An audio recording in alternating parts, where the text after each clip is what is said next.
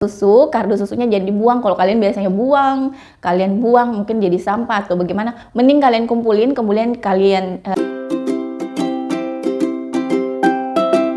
Assalamualaikum, selamat datang di channel Selamat Ade. Alhamdulillah kita ketemu lagi di video saya yang selanjutnya atau yang berikutnya ya.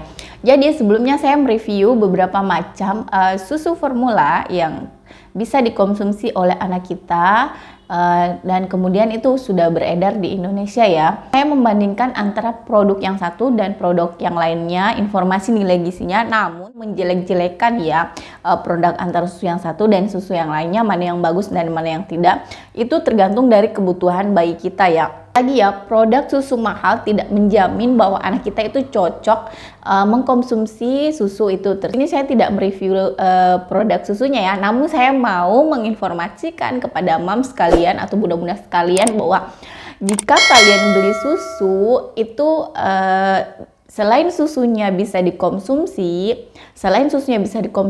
kardusnya pun itu bisa jadi cuan loh. Jadi untuk kalian moms atau bunda-bunda sekalian yang beli susu tiap bulan misalnya kayak 5 kardus ataupun 10 kardus, itu kardusnya jangan dibuang ya moms. Jadi ada beberapa produk susu yang bisa yang kardusnya itu bisa dijual kembali dan menghasilkan uang. Kan lumayan kan buat digunakan lagi buat beli susu lagi ya. Nah, untuk beberapa macam produk saya juga sudah mendapatkan komentar. Ada yang bahkan menawarkan untuk produk susu SGM, dia membeli satu tergantung berapa gram ya, misalnya 500 gram dia belinya 3.000, kemudian 400 gram dia belinya sekitar 3.000. Nah, bayangin aja kalau kita kumpulin tiap bulan misalnya 5 kardus, kemudian jadi setahun itu berapa ya.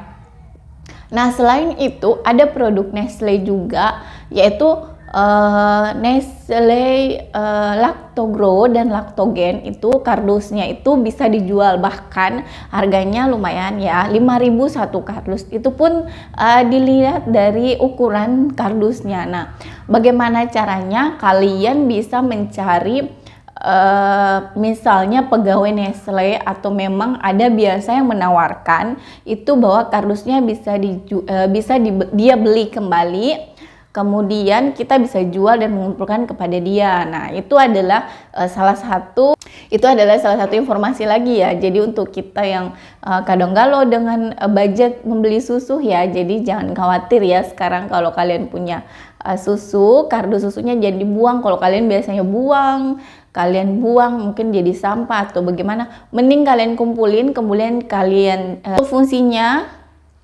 Tapi di sini saya tidak tahu ya apakah kardusnya itu bakalan dipakai kembali atau tidak. Itu saya kurang tahu ya. Yang jelasnya mereka itu selalu membeli kardus susu. Mungkin itu kardusnya itu saya tidak tahu apakah kardusnya itu bakalan dipakai kembali, tapi sejauh ini walaupun kardusnya jelek mereka akan menerima yang entah mereka jadikan kayak kardus jual di kulaan seperti karton-karton ya, tapi sejauh ini mereka masih membeli ya. Jadi bukan bilang mereka bakalan menggunakan kembali, tidak ya. Jadi beli buat apa ya, jadi yang penting di sini kita bisa mengumpulkan kardusnya bisa jadi cuan ya. Bayangkan kalau misalnya dia beli 5.000, kemudian kita misalnya ada 10 kardus, bisa 50.000, kan bisa beli susu lagi untuk satu kardusnya lagi ya kan, daripada kardusnya dibuang percuma kan moms.